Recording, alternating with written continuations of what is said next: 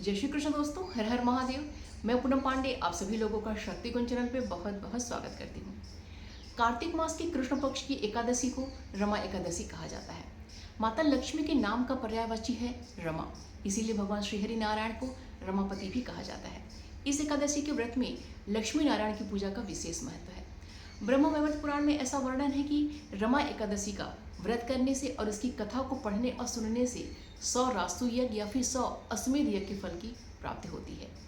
इस एकादशी का जो तुलना है वह कामधेनु गाय से और चिंतामणि से की गई है, अर्थात ये जो रमा एकादशी है यह कामधेनु गाय के समान है और चिंतामणि के समान है। इस एकादशी को करने से समस्त प्रकार के पापों का नाश होता है, जीवन में सुख संपदा की प्राप्ति होती है और व्यक्ति अंत में वैकुंठ धाम को प्राप्त करता है। आइए अब जानते हैं कि यह एकादशी कब मनाई जाएगी। तो 2025 में कार्तिक मास के कृष्ण पक्ष की एकादशी तिथि का प्रारंभ 16 अक्टूबर दिन गुरुवार की सुबह में 10:35 हो रही है और उसके पश्चात पूरे दिन रहेगी, पूरी रात्रि रहेगी और अगले दिन 17 अक्टूबर दिन शुक्रवार की दोपहर में 11:12 पे एकादशी तिथि समाप्त हो जाएगी। उसके पश्चात द्वादशी तिथि प्रारंभ हो जाएगी। तो उदय तिथि के आधार पे और एकादशी द्वादशी तिथि के मिश्रित होने के आधार पे यह जो एकादशी है यह 17 अक्टूबर दिन शुक्रवार को मनाई जाएगी। स्मार्तों और वैष्णवों सभी की एकादशी 17 अक्टूबर दिन शुक्रवार को ही है और इस्कॉन मंदिर में भी ये जो एकादशी है वह 17 अक्टूबर दिन शुक्रवार को ही मनाई जाएगी। 17 अक्टूबर दिन शुक्रवार को जो है रमा एकादशी का व्रत तो है ही है, इस दिन जो है गोवत्स द्वादशी भी मनाई जाएगी और इस दिन जो है तुला संक्रांति भी मनाई जाएगी। इस दिन जो है सूर्य नारायण कन्या राशि से निकलकर तुला राशि में प्रवेश करेंगे, इसलिए इस दिन तुला संक्रांति भी है। तो इस प्रकार हम लोग देख रहे हैं कि 17 अक्टूबर दिन शुक्रवार को रमा एकादशी है, गोवत्स द्वादशी है और इस दिन तुला संक्रांति भी है। 17 अक्टूबर दिन शुक्रवार की जो रमा एकादशी है वह शुक्ल योग में मनाई जाएगी, जो कि बहुत ही ज़्यादा उत्तम और बहुत ही ज़्यादा श्रेष्ठ है। शुक्ल योग की जो स्वामी है वो माता पार्वती है। इस दिन गोवत्स द्वादशी भी मनाई जाएगी। इस दिन गाय और बछड़ों की विशेष पूजा आराधना की जाती है, उनकी सेवा आराधना, उनकी सेवा आदि की जाती है। गाय और बछड़ों को जो है गेहूं से बने हुए कुछ खाद्य पदार्थ भी खिलाए जाते हैं। तो हम सभी को जो है इस दिन गाय और बछड़ों की विशेष जो है सेवा जो जितना कर सकते हैं हम सभी को जो है उनके निमित्त कुछ न कुछ सेवा का कार्य अवश्य करना चाहिए। इस दिन तुला संक्रांति भी है। भगवान सूर्य नारायण जो है कन्या राशि से निकलकर तुला राशि में प्रवेश करेंगे और संक्रांति काल बहुत ही ज़्यादा महत्वपूर्ण माना जाता है। गंगा स्नान करने के लिए, भगवान सूर्य नारायण की विशेष पूजा आराधना करने के लिए, भगवान श्री हरि नारायण और भगवान शिव की पूजा आराधना करने के लिए इस समय संक्रांति काल को जो पुण्य काल होता है उसमें जो है मंत्र जाप करना, स्तोत्र पाठ करना, हवन करना, दान पुण्य करना, इन सभी का बहुत ही ज़्यादा जो है लाभ प्राप्त होता है। तो जो तुला संक्रांति का जो पुण्य काल है वह सुबह में 10:03 से लेकर शाम में 5:30 बजे तक है। ये हमारा पुण्य काल है और इसका जो महापुण्य काल है वह दोपहर में 11:59 से लगभग आपका 12 बजे से पुण्य काल प्रारंभ हो जाएगा महापुण्य काल और शाम में जो है 3:49 तक, अर्थात 3:50 तक आपका जो महापुण्य काल रहेगा। तो इस महापुण्य काल में हम जितना ज़्यादा से ज़्यादा हम स्तोत्र पाठ, मंत्र जाप आदि का कार्य कर सकते हैं, हमें करना चाहिए। दान आदि का कार्य, हम छोटा सा हवन भी कर सकते हैं, ठीक है, क्योंकि रमा एकादशी है तो माता लक्ष्मी के निमित्त जो है इसमें आप हवन भी कर सकते हैं, उसका बहुत ही ज़्यादा आपको लाभ मिलेगा। एकादशी के व्रत में बाल धुलना वर्जित माना जाता है।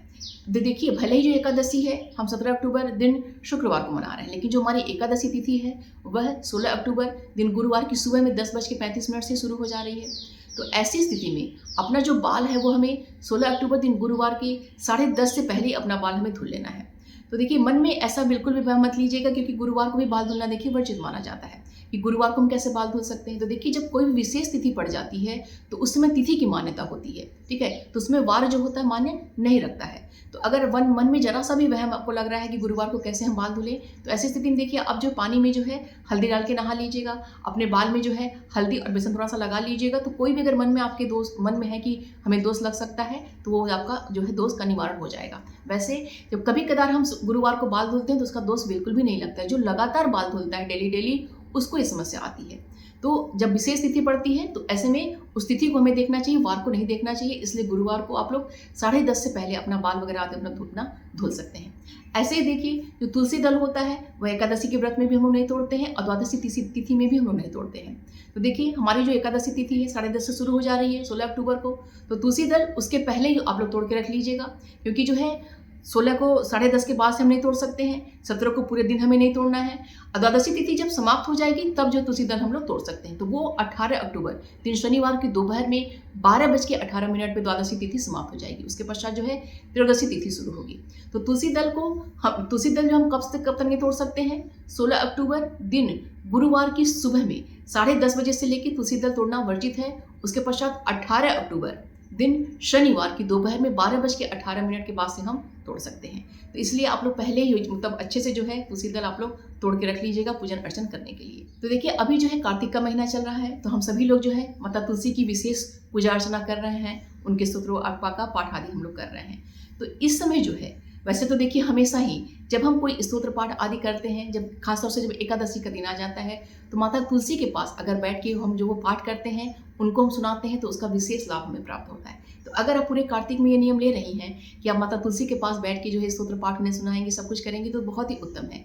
लेकिन अगर ऐसा आप नहीं कर रही हैं तो कम से कम इस एकादशी पे आप जो है माता तुलसी के पास जो है बैठ के विष्णु सहस्रनाम का पाठ कीजिए और उन्हें सुनाइए, मतलब उनको समर्पित कर दीजिए। ऐसे ही राधा सहस्रनाम है, माता लक्ष्मी की जो सहस्रनाम है, लक्ष्मी सहस्रनाम है, ललिता सहस्रनाम है, कोई जो है एक सहस्रनाम जो है बैठ के माता तुलसी के पास माता तुलसी को सुनाइए और उन्हें समर्पित कर दीजिए। ऐसे ही जो है श्री सुक्तम का पाठ बैठ के जो है वहाँ पे आप कर सकती हैं। 16 पाठ आप कीजिए, माता लक्ष्मी को जो है उसको माता तुलसी को जो उसको समर्पित कर दीजिए। माता लक्ष्मी के 108 नाम पढ़ के भी समर्पित कर सकती हैं। तो कहने का तात्पर्य है कि कोई भी जो भी स्तोत्र पाठ आपको करना है सुबह और शाम दोनों में आप डिवाइड कर लीजिए और माता तुलसी के पास बैठ के जो है माता तुलसी को जो सुनाइए और उन्हें उसे समर्पित कीजिए, उसका विशेष लाभ प्राप्त होता है।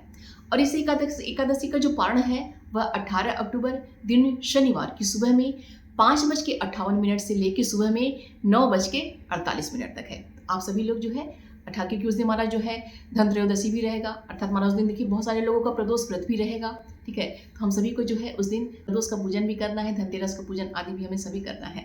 तो उम्मीद करती हूँ कि ये वीडियो आप सभी के लिए बहुत ही हेल्पफुल होगा। वीडियो से संबंधित कोई भी प्रश्न अगर आपका है तो कमेंट बॉक्स से पूछिएगा, उसका रिप्लाई मैं आपको अवश्य करूंगी। वीडियो पसंद आए तो प्लीज़ लाइक करिएगा, शेयर कीजिएगा। चैनल पर अगर नए हैं तो प्लीज़ चैनल को सब्सक्राइब अवश्य कर लीजिएगा। मिलते हैं अगले वीडियो में। अपना और अपनों का ख्याल रखिएगा। जय श्री कृष्ण, हर हर महादेव।